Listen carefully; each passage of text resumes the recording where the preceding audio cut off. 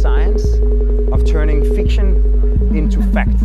Sometimes kind of real architectural life interferes with intellectual architectural life. There is no such thing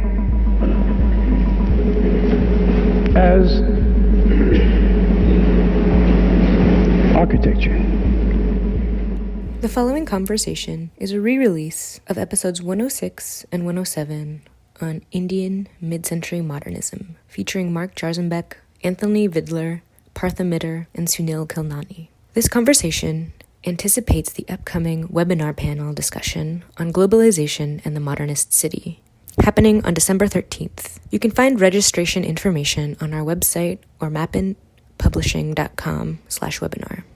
Hello everyone, this is Vikram Prakash and you are listening to Architecture Talk, this podcast dedicated to advancing the frontier of architectural thinking.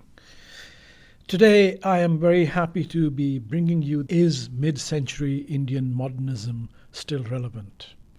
Using my book on Aditya Prakash, One Continuous Line, The Art, Architecture and Urbanism of Aditya Prakash, as the starting point, this webinar engaged the question of the legacy and understanding and contemporary import of mid-century modernism in a cross-disciplinary forum. It's a great conversation with more to come. I hope you enjoy it. Here we go. Is mid-century Indian modernism relevant today? That's the question we are trying to put, I suppose, a comparison between a aesthetic, social, and political effort that can be said to have occurred not just in India, but around the world, roughly, let's say, from 1950 to 1970. And we are trying to ask that today, in the second decade of the 21st century, is that moment 50, 60 years ago of any continued relevance? And this question, of course, comes up because, of course, a lot of mid-century architecture is being destroyed today for questions of obsolescence and also questions of political interests of various kinds. So should we preserve a few buildings and how should we preserve them? And what indeed is the legacy of that moment is the question at hand. And I want to begin off by having set these two moments up. I thought one way to begin is, I remember growing up between those two moments in India in the 1970s, all right? And in India, in the 70s, two things seemed very strong. One was that modernism, modern architecture in particular, seemed to be under attack, or rather, it was not under attack, but it was being strongly critiqued by a series of postmodern imperatives, right? There was this critique of its aesthetics and its claim to universality. And there was a critique of sociality, of its location. And today, in 2021, there is a different kind of a critique of mid-century and early modernism. So I wonder if that's a good place to begin, at least in the architectural sphere. And of course, then we can turn in a moment to the political sphere, which also was under critique in the 70s and 80s. What, Tony, do you think is the difference between the 70s moment? What do you think is the difference between that moment in the 70s as compared to what we perhaps are seeing today? Well, I have to say that the critique of modernism, in my experience, was an emerging phenomenon, certainly in Britain, almost immediately after the close of the Second World War. It was a critique which was based on a critique of technology, the Holocaust and the atomic bomb. It was a critique that began to evaluate socially the questions of exclusion and zoning built into the CIAM, or the Congress of International Modern Architecture, Athens Charter. It was a critique that felt that the reductivist aesthetics of the immediate pre-war period the abstractionist aesthetics were not involved in anything to do with popular appreciation. And that critique, I think, built out of Team 10 with the Smithsons and out of a whole range of questions that, on the one hand, criticized the technological enthusiasm of modernity, certainly with the Smithsons and certainly with a lot of architects who began to look more at the materials of construction. And then there was a critique that the technological aspirations of modernity hadn't been satisfied. So we have people like Rayner Banham and Buckminster Fuller and Cedric Price in Britain. So the critiques that you received in India in the 70s had already been well, if you like, formulated by the 70s and were at the same time being inflected by an aesthetic critique of one form of abstraction or another, whether it was brutalist abstraction or modernist abstraction, which began to look at the ways that architecture might connect more to its own history. And so we get the historicizing postmodernisms that Baird and Jenks proposed in their 67 Meaning in Architecture book. So I think that there are two stages to the critique. And I think neither of them were deeply involved in the kinds of critiques that we are involved in today. Neither of them seem to, except very peripherally, in terms of solar energy being experimented occasionly, but electricity was still thought of as the great boon of mankind. As the solution, as the answer, As the solution, and therefore there was no real critique of the infrastructural questions that now we talk about. There was no critique of the predominantly Western-based ideological framing of the practice of architecture, the discipline of architecture, and there was almost no critique at all of the neo-imperialist, post-imperial spread of Western architecture's disciplinary apparatus. So I think we have a lot to talk about, and especially in terms of the environment, where we had a very brief environmental fling in the 70s in Europe. Early 70s, during the gas crisis, but that went straight under the bridge in favor of historicist postmodernism. Since Tony brought up this, all these critiques of modernism, which were already in extant in the 50s, 60s, certainly from architecture, we think of Team 10 and so on. Often what we heard as a young student of architecture in the 70s, we were subjected to the idea, well, modernism, it was a Western import, post-colonial, neo-colonial hangover of the Nehruvian era, and echoes of those ideas are all still present here today. What is your reading of that critique, and what is your reading of mid-century modernism, especially in terms of ideas? I think you have written about cosmopolitanism. I wonder if you want to pick up on that. Okay, well, I see modernism as a discourse, a specific discourse, which emerged in late 19th century, early 20th century, Europe, America a little later, but modernity is a wider issue. Now, there is an interesting connection, as we all know, between these vast changes, communication revolution, travel, and other forms of, real great changes brought about by colonial rule, not directly by them often, but certainly the whole thing, the impetus got very strong at that time. Related to that, I want to make it a bit wider, also bring in the problem of, if we can call it art and architecture, they're in a way related. Now, for sure, you see, what's interesting is that what you find that colonialism and nationalism are very woven. I mean, there's no question. And the early period of 20th century, not the mid-century, but you have this sort of nationalist struggle and this kind of continuous interface of colonialism and nationalism. And it led to art and not so much architecture, if I'm correct, but you might correct me on that.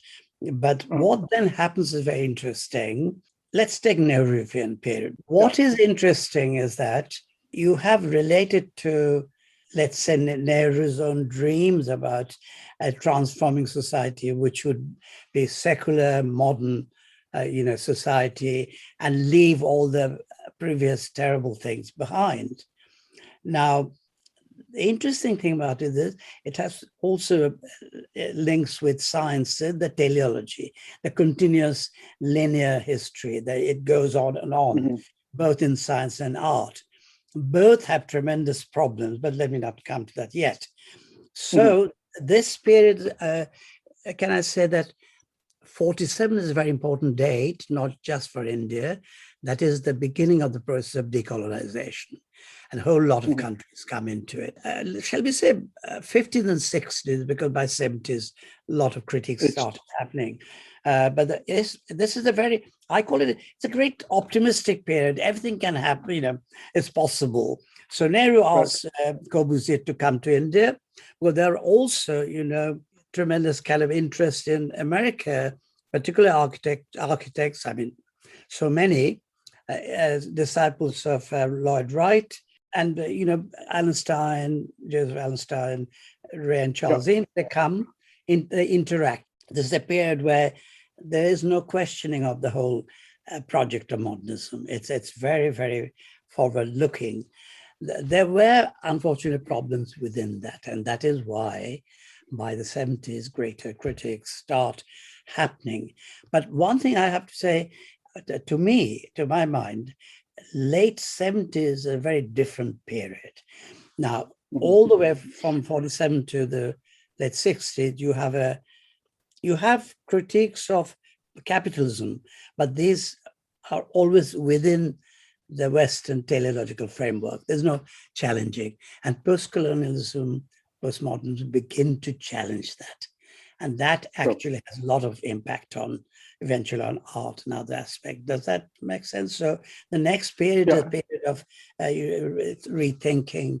But one of the interesting things, Partha, isn't it, that in the 50s and 60s, at the time, Tony, as you were saying, in a lot of Western discourse, there were significant critiques of modernism being launched, coming out of the complex experience of World War II.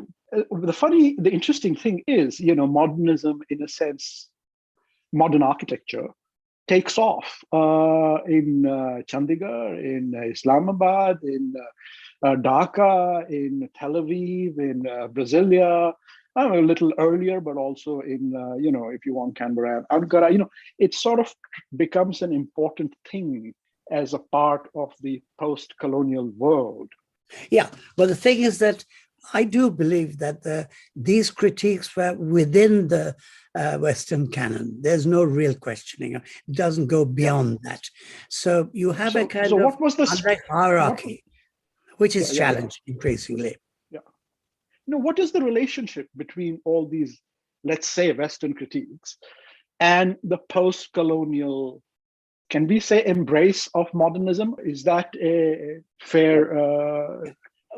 are they just separated, or is there a... You already mentioned postmodern, Jenks and others, but there's a post-colonial aspect.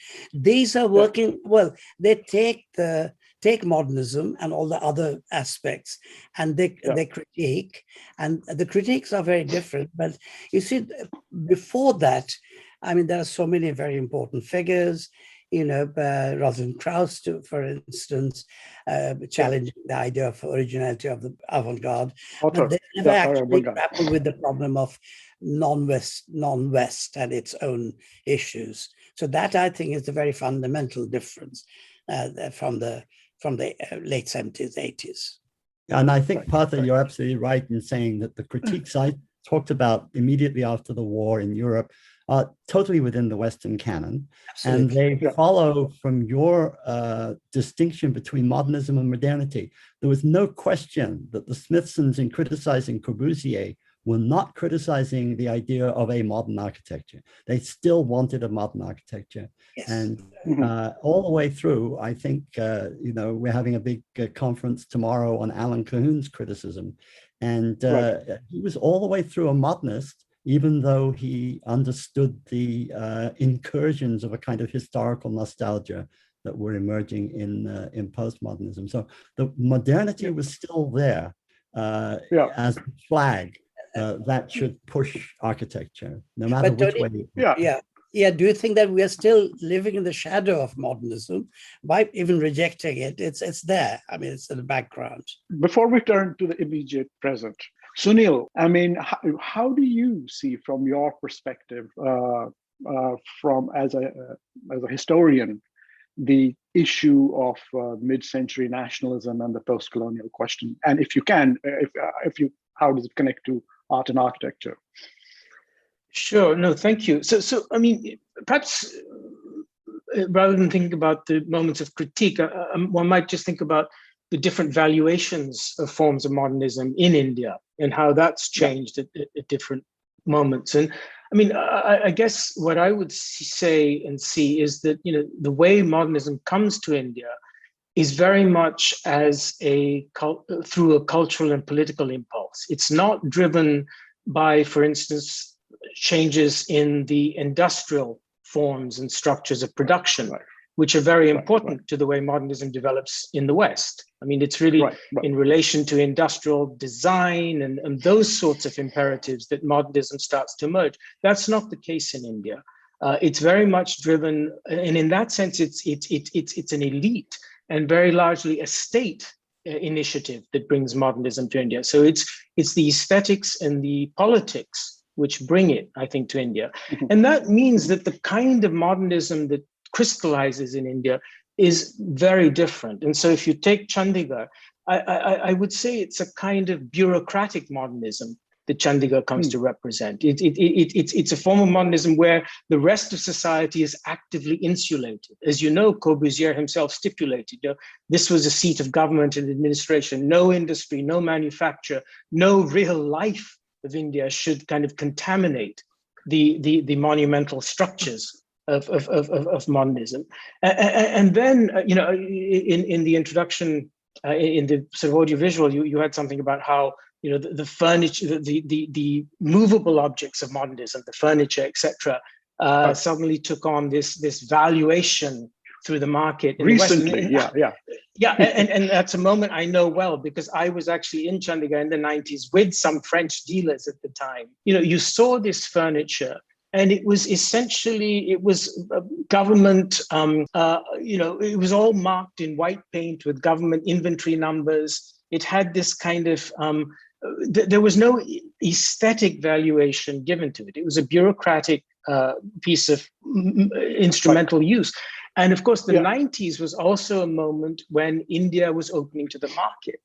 And suddenly new kinds of furniture were available, new kinds of modern furniture. So there was this sense of, out with the old. Who wants this old wooden furniture? Let's get the new stuff that the market is bringing. So there was a kind of, shift in that valuation. So I think that's a kind of more specific aspect to the question. There is a more general issue, which is really about India as a post-colonial new nation, what its valuation of and its relationship to its past is, both its intermediate past and also, above all, its recent past. That's to say, a past which has been dominated by colonialism, by the West, and beyond that, intermediately, the past in which the Mughals ruled.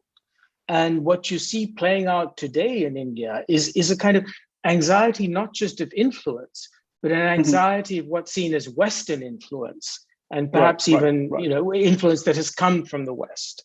And so there's this kind of urge to erase that past, but it's an unease, because at the same time, there's a sense that that past is valuable, not least economically, for tourism, for other kinds of purposes. So there's a kind of almost a schizophrenic relationship. So you can destroy mosques because they are a kind of reminder as you see it to a kind of moment of your of injury and conquest. But at the same time, the Taj Mahal is like you don't want. I mean that's that's the kind of source of your tourism revenue. So I think it's two aspects to these changing valuations of the past, of the objects that were created by the recent past. It becomes a question of, what is trash and what is treasure, right?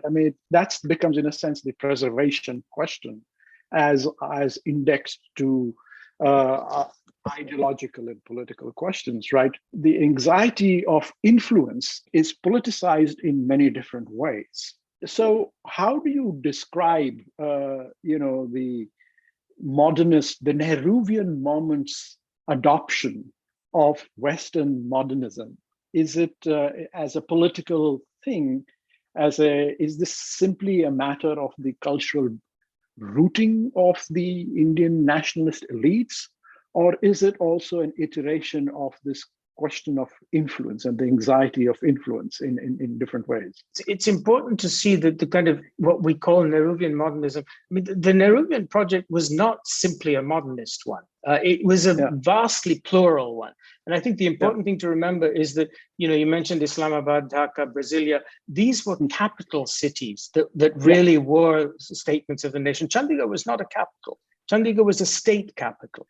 And that was that in a sense, Nehru embraced the kind of past that existed within a city like Delhi and said it could be made Indian. But at the same time, he wanted the shock of a kind of modernism as well, not to erase what was already there, or not to kind of, he wanted it as part of a kind of multi-stranded reinvention of India, I think. So it wasn't a full commitment in that way. And I think it's important to see that, to nuance that, because he was also very sensitive to the past, to the heritage of the past, to the folkloric traditions, to the more popular traditions as well. I think this what he was trying to do, perhaps unsuccessfully, was to try and blend them into a more distinctive Indian approach, rather than to go all out for one.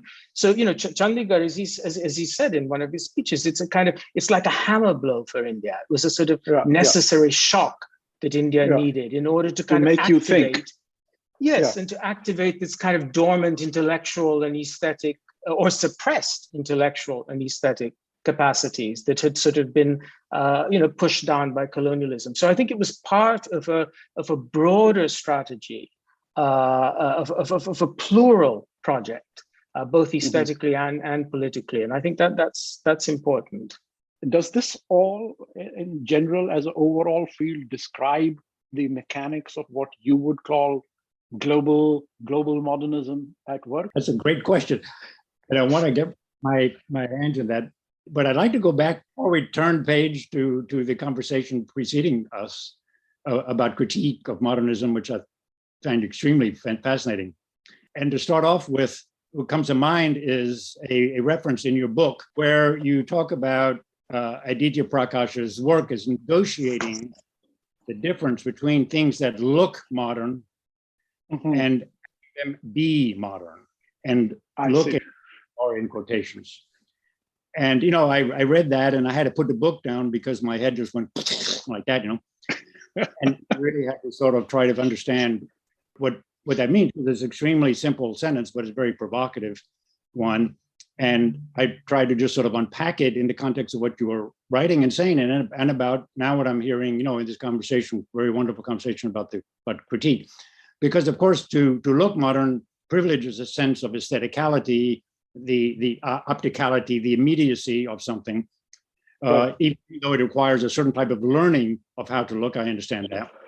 But to be modern, actually also privilege something very different, which is has to do a lot with textuality, with writing, with reading and understanding and positioning yourself within the textual culture of modern on the one hand, but also positioning yourself within the ontological culture of the modern, which is what you try to outline in the continuous line, right? That that your father was modern, right? Whether no matter what he did, it was modern because of his ontological position in the framework, okay, including whatever critiques and experimentalities that might embrace, right? So a very broad range of realities that are much broader than just sort of the look. And you try to both honor his attempt to put these together, but you, every 5 or 6 pages, sort of throw in the idea that there's this line, but also there's this weird shadow where the line actually is a bit more troubling than one thinks. And this particular moment is where you sort of talk about the theater, and there's a truss in the theater, and Proctor wanted the truss to be visible and seen because he's modern, and that's the way it was. And Corbusier comes and said, yes, that's great. But then the local guys wanted the hung ceiling, and then come the restorers recently, and they put in the hung ceiling. The question is, which is more modern, right? Is the hung ceiling really not just as modern as the truss? After all, I mean, yes, we can be seduced by the fact that the moderns, the real moderns, wanted it to be seen and visible. But there's this other modern, which is the modern of, it just has to look modern, and that's good enough. And so the hung ceiling might be absolutely something one wants to embrace, because it's just another way of doing modern in a different syntax, in a different culture. And so that's where, and you sort of are a little bit negative about the hung ceiling, understandably, but you don't actually necessarily come out and critique it as necessarily an evil either. So, you leave it so preservationists have to sort of puzzle this thing out, as they necessarily should, And maybe they could put windows in the hung ceiling so you can have the ceiling, but also have these plexiglass. But see it also. Yeah, that's kind of like this is for the audience also. There's a discussion in the book, and which was an important thing in Chandigarh. Should things look a certain way, or they have to be properly made in a certain way? Famously, for instance, in Corbusier's High Court, the arches of the High Court are actually hung, believe it or not. Although you would think they hold up the roof. I know this is getting, very specifically technical. And in Aditya Prakash's buildings, again, there was a constant battle between the economics of the engineers who said, well, we can just build this roof much cheaper if we throw a few trusses rather than actually follow the curve. So there's a schism between this appearance of modernism and being modernism. And can I go back to the question of those chairs, Sunil, that you brought up, and in this context, those chairs, which were made in the 1950s as part of the Chandigarh project, and they were made by the thousands and put into all, not just the chair, the furniture, let's just say, of Chandigarh furniture of the 50s and 60s, made by the thousands. And it was made in those huge numbers, basically because that was the cheap way to build the furniture, right? Off the shelf from a catalog furniture was much more expensive. The cheapest way was to design the furniture in the evening after you had done master planning and building design in the morning, and after in the evening after drinks you design furniture, and then that was made cheaply and locally by the thousands. And it was frankly not designed to be last forever because it was quickly made. So 40, 50 years later, so again, how things are made and how they appear. 40, 50 years later, it's breaking down and it's being auctioned and being sold mostly to recyclers from the Chandigarh region who sell it off to the informal settlements or use it for firewood. But then it is taken to France and New York and Chicago and sold, restored, fixed. But those numbers that you're talking about, Sunil, which authenticate these as being appear visibly from that Indian moment, critically put those into evaluations of, I don't know, what is it, $30,000 a chair, or, what is it? So is that, what is that? Is that preservation? What is it? Well, but I think that's exactly right, what you just said. These were made because it was the cheapest way to furnish these new offices. What makes them valuable today to sort of connoisseurs of modernism is precisely that handmade element of them. that they're both modern in design, but they have this craft hand element of them, which of course someone, one forgets. I mean, Corbusier, at the same time that he was building Chandigarh and the Unité d'Habitation, he was living in his 12 by 12 cabin, plywood and log cabin in Roquebrune. So he also, he was split in his own mind between this valuation of the monumental and the sort of extra human, and then the very intimate and the sort of handmade, handcrafted. And I think, what this furniture brings is that kind of the immediacy of that early moment of modernism, when you thought in terms of these, rational, geometric forms, but you built them with all the mistakes and quirks of handcrafting, and the marks of handcrafting. And I think that's precisely what in the 1990s, when you had a new kind of modernism, to use Mark's formulation, the new kinds of furniture available through the world, the India opening up to the world market and liberalization and so on, that became valuable to Indians in these offices who wanted to be, out with this crafty type of stuff and get the kind of sleek aluminum, metal, laminate, the modern stuff. And I think that's part of what was going on there. And I think there was a big shift even in modernism. If you look at the work of Charlotte Perriand, who was the first designer for Corbusier's chrome and leather furniture, by the time she came back from Japan after the war, was entirely involved in building and craft wood, and very beautiful wood. And we find that in America too with Noguchi and others. There's also a factor which is of the chair itself in modernism. Already Barons and me, there was not a modern architect who didn't, want to do a chair.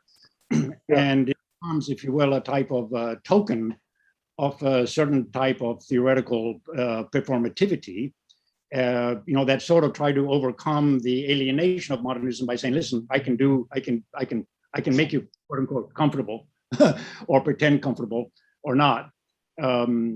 That was sort of its outreach, to its sort of the human that had been put under stress through the modernism themselves, right? So furniture had a powerful role in the narrative of modern architecture, and this sort of plays into that. I mean, then it becomes capitalized and commercialized and circulated once again through the narratives, of neo-global, neo-modernist performativities. Okay, so let's ask. Sorry, go ahead. Yeah, no, I was just going to say, I think this goes also back to the way in which the modernist making in India was not an industrial process. So it was this handmade. Whereas the Eameses in America were using industrial processes and trying to make it large, mass scale and cheap, in India, you had to actually artisanally make your kind of modern world, which, then to Indians in later decades looked, homey, sort of crafty. It was not, whereas to a Western connoisseur, this was kind of, the authentic modern. This was the handmade, but with this kind of design element. And I think that transvaluation of values, in a sense, is something that lies behind some of this shift. So let's bring in the question of ethics between the questions of appearance and things as they are, and modernism constructed itself or articulated itself, and even in its moorings to Nehruvian nationalism, as some kind of an ethical situating of the socius, a rethinking of times, right? I mean, so that was my part of the motivation behind how things look modern and how things are modern, is the differentiation. That was an important criteria. So what is the status of that, today, 70 years on, 50 years, 60 years on? Does that all become obsolete? or is it, in a sense, the ethical imperative of modernism or an Indian nationalism? Does it still stand, or is that to be critiqued? How do we produce that critique? I mean, I'm trying to turn to this whole sort of climate question and the energy question. Is like, the sort of series of ethical internal critiques of modernism, which were started in the 60s and 50s, 60s, and 70s. These are still very much in play. But at the same time, there is also a dismissal and destruction of modernist architecture on its aesthetic grounds, which is that it is simply out of touch. So are those two things? Go ahead. No, I think you're right in the sense that there is, on the one hand, devaluation, and certainly the word brutalist, which journalists picked up from the early critiques of modernity, didn't help the aesthetic evaluation of the buildings that are being threatened. But they are buildings that were built at a time when CIAM, after the war, was attempting to, as Jose Luis said, develop a new monumentality out of the rather abstract language of modernism. And that was being demonstrated in the new city halls, think of Boston, the new skyscrapers, the new city centers, think of Birmingham. All those infrastructural plus civic buildings are being built at that time as sort of restoring the center of the city, or as more viciously moving out the poor inhabitants from the centers of cities for business accommodations. But all those buildings are, in fact, were symbols of a certain kind of civic modernity. And two things are happening. One, land values are increasing to the point that the demolition and reconstruction is more economic in terms of profit than restoration. And they are literally obsolete. I mean, the Birmingham Library, for example, which is one of the triumphal modernist libraries in the 50s, was intimately linked to the inner ring road, which was also reinforced concrete. Once that inner ring road was deemed obsolete, the library had to go. It was all connected, right? So that there's a certain moment where the total planning that was so important of interdisciplinary between urbanism, infrastructure, and architecture moment. You think of the new towns where all those things were linked. Once they became obsolete, or one item became obsolete, then land values became much more important. And also the triumph of neoliberal capitalism is much more important.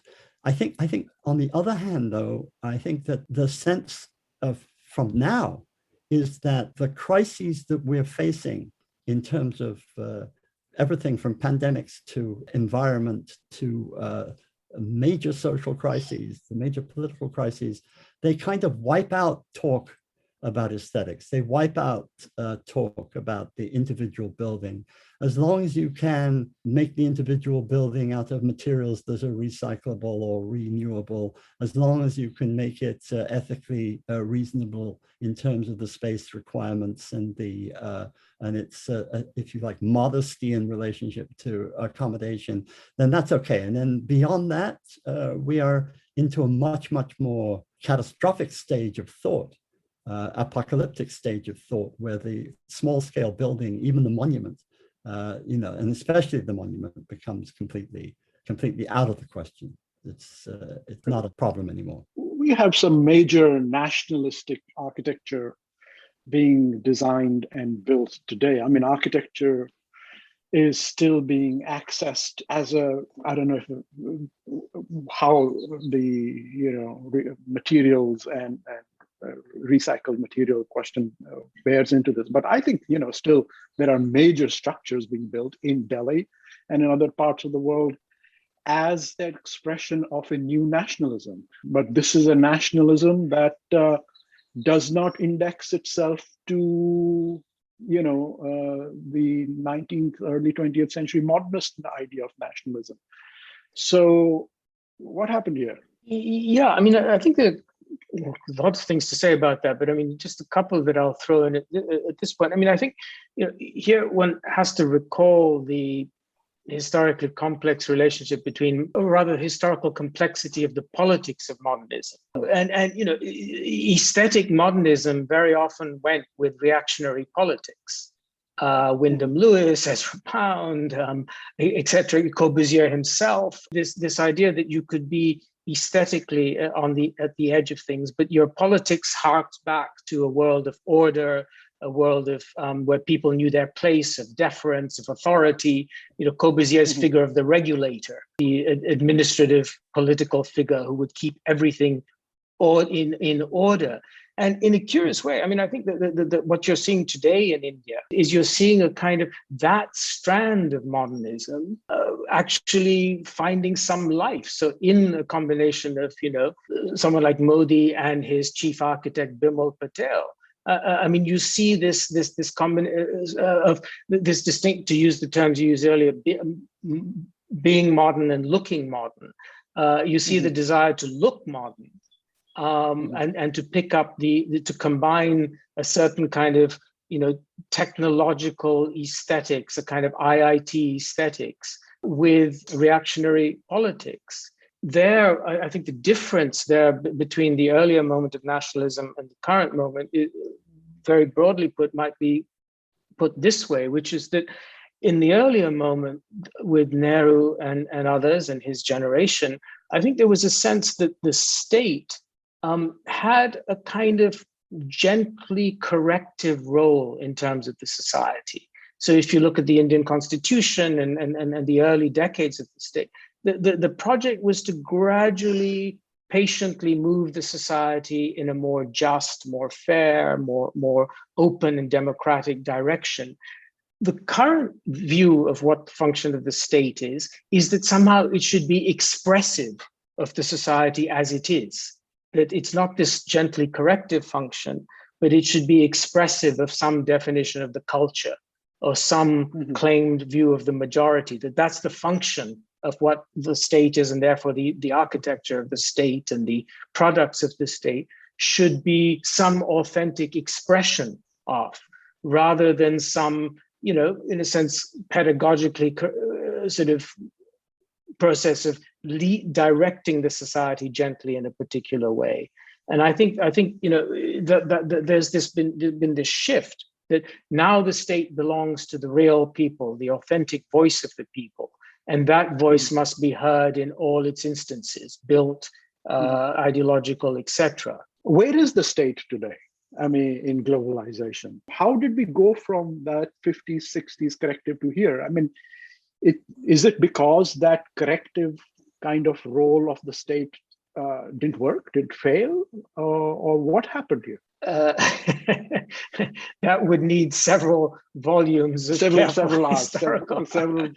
Yeah. So on a slightly different note, if we look at things globally, I mean, earlier, as you say, mid-century modernism, it was propelled by optimism about science. You have to continuously innovate, and there was no end to it. You go on continuously. Recently, with all the crises, environmental crisis, globalization problems, what you have is that a whole lot of thinkers have started to question this kind of optimism. I now think of actual scientists. They haven't grappled with the problem of what do we do with teleology? Where do we, I mean, is ethics more important than just going forward, building nearer and nearer things? So that's been a very important issue. Like water shortage in India, let's take a very interesting example. I mean, initially these things didn't matter in the 60s. Now there's tremendous water crisis. So these are important issues for engineering, environmental, science, and lots of other things where attention has shifted to other things as well. And a whole lot of writings now about these, questioning strongly these ideas. I mean, this, I mean, it's happening both in arts and sciences. So I think that's an important dimension we need to think about the present day, Right. I'd like to add something to Sunil. point, if I could, maybe as a footnote. So when Clinton visited India, he arrived at the airport and they picked him up in a limousine and brought him straight to the Parliament building, and he gave a speech. And Mrs. Clinton was sent off to the Taj Mahal all by herself as sort of the accompanying, lady, doing the tourist stuff. And of course, she complained bitterly, about that. It was a completely different story when Obama came. So Obama came and the limousine picked him up, and they went to Humayun's tomb, which had just been, restored under UNESCO. And Prime Minister Singh and his wife met him there, along with the head of the agricultural department in India. And they had a whole tour about the grandeur and the grandioseness and how wonderful India was of the past.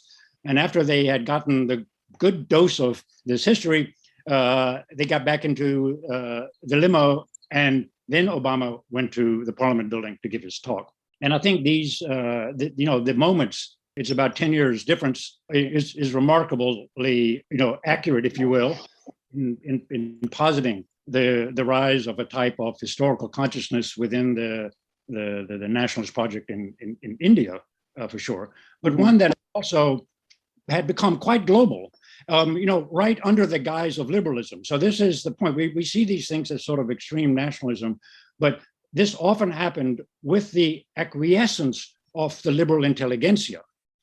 So in other words, who doesn't want history to be valuable? And people sort of didn't complain that, certain buildings had all of a sudden become national symbols. People don't complain that Jomon archaeological sites in Japan purely as instruments of the nation state. It's a confusing attitude that many liberal intellectuals had, because they wanted, these historical things to be valued and be preserved, and this all sounded very good, but then you have to look who's paying the bill. And all of a sudden, no one seemed to really notice that for a long time. And now all of a sudden, people are getting a little uncomfortable, as they should, but they should have gotten uncomfortable, 20 years ago. I'm speculating as to what would have happened if Donald Trump had visited Modi. He did. He did. What was his trajectory? It was a stadium event. There you go. Yes, exactly. Yeah. I want to shift to some of the questions that are populating our columns over here. One of the questions that is very specific is that with all its faults, modernism's social idealism, the question asks, at its core, made a language of its theory very relatable to practice, or it was a recognizable and coherent language, a kind of an idiom, which a lot of the profession shared. So it was a language of theory that could be used without much effort. It's provided as sort of a synthetic language. This is no longer possible now for our architectural theorists over here. Has the rejection of modernism created a crisis of theory within the profession? Are we like all over the place today in architecture because of the dismantling of modernism? And I suppose, is that a good thing or a bad thing? I mean, of course, it's created a crisis of theory. I think the crisis of theory began with modernism itself. We think of modernism as a univalent type of thing, right? Once it started, it was sort of self-obvious what it was. But I think already with your book, it's quite clear that no one had a clue, really. Yeah. How do you actually theorize it? And there were already very conflicting, types of projects, depending on where you were and who your teachers were, and so forth and so on. And postmodernism just, was sort of, fed up with a particular strand of it that had become dominant, for sure. And the critique of postmodernism, just kept the cycles sort of going. So the crisis of theory is not anything particularly new. There's no doubt that the proliferation, if you will, of intellectual circles in the academic globalization environment in the last a decade or so has made it difficult to sort of identify, well, that's one more important than another theory. And that's more the crisis, is not the absence of what we might call theory, even in the big T or little t, but that there are many voices, which actually is good, I would say.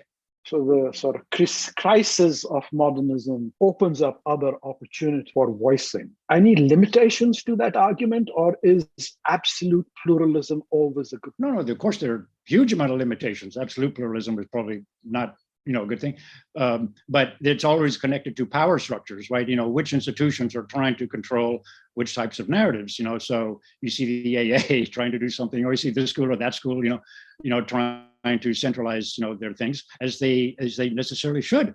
That's what the universities are there to try to do. But there's, no doubt that from in the last 10 or 15 years, there's a plurality of writers, plurality of readers, and of approaches. It takes a little bit more of a discerning eye, a little slow down a little bit more to take in the flavors. Not all of them are good or palatable, but there certainly has to, rather than before where you'd read Gideon and you're done, right? Yeah, that was the truth. I'm not an architect or architectural theorist or historian by any means, but it just, going back to your question earlier about the shift in environmental consciousness and the recognition of some of the environmental costs of modernism. And of course, part of that is associated with what has been the primary material of architectural modernism, which is concrete. And concrete was this kind of universal material that allowed the sort of Esperanto ambition of modernism to kind of realize itself with the same fine edges and ways of building, that you could do this anywhere. Whereas now, if there's more of a turn to environmentally sustainable materials, more local materials, more what is to hand, perhaps it's actually a moment of potential great inventiveness in modernism, as it has to move away from its traditional palette of building, or its historically inherited palette of building anyway, to find more particular ways of realizing the kind of wider ambitions that impel it. Yeah, I mean, it's a critique and advance and transformation of modernism through its limitations. It's what materials it used and what materials we should be using now. What are the ways of constructing we used and what are the ways of constructing we should be using now? But that's a kind of a moving sort of a critique of the discourses of modernism.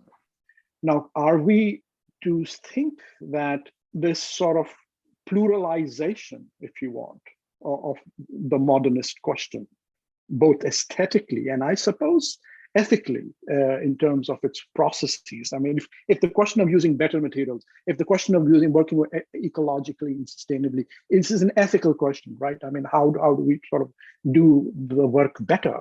And then, but then also, does pluralization and simply multiplying all kinds of possibilities of being and representing and aesthetics, how do we pass between these two things? Whereas, well, I want to be careful with the multiplication argument, because that always is usually bugaboo.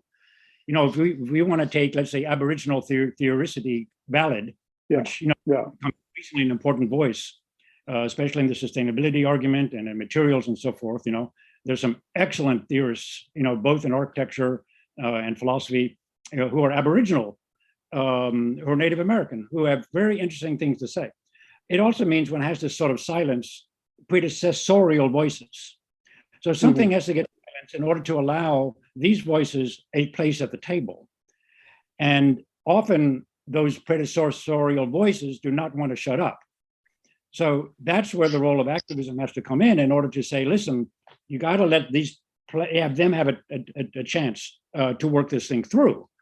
Same for feminists, feminist voices and gender voices as well. Often these things have been so excluded that, it's hard for them to find the publication houses, the conferences, the whatever it is that allows them in. And so that means the sort of activist leader has to sort of allow that these, so it's not just, pluralism, because there's a valuization issue that has to be addressed, right? Which is historical in how theory has been done and promoted in the last, whatever it is, 500 years.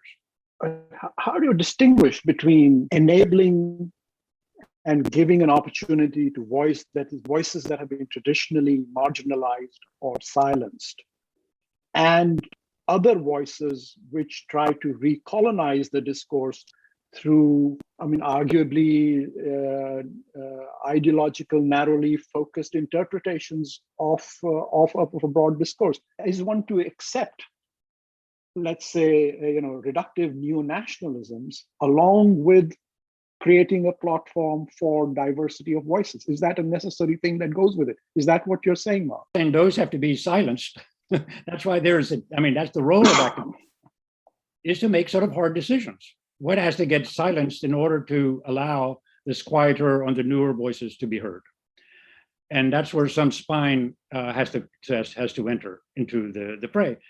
And so it's not about just many voices, because that's never been the case, right? Mm-hmm. So we have many more now, but they also need to be supported and have a chance to make their own mistakes and speak their own causes, and let's hear it out and let's have a debate about it and let's see what transpires. So, but there are also some really serious ethical questions that arise precisely because of the nature of these voices and the common sense that many of these new voices which have been suppressed. This is why I'm not so keen on the idea of silencing.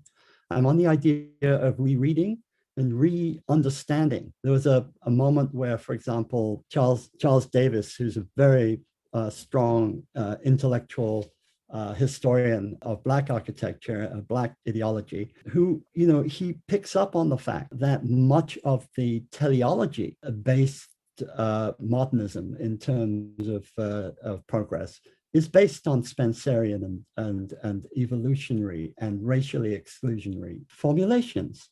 And so you can go back, and he has this wonderful book on character where he goes back and reads Viollet-le-Duc. He reads a lot of other of the, all the way through to Sullivan. And you realize that Sullivan and Whitman actually, in their evolutionary modernism, want a white America. They don't want a plural America in any way. And so by rereading the voices of modernism, you don't have to exclude them from history, but you can place them in history in a way that begins to evolve an aesthetic, an ethical understanding of theory in relationship to truth and consequences. Absolutely. Yeah, there's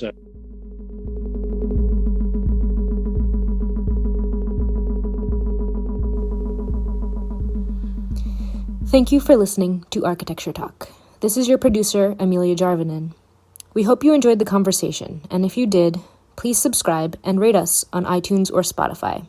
We would also love to hear from you if you have any suggestions on new topics or guests.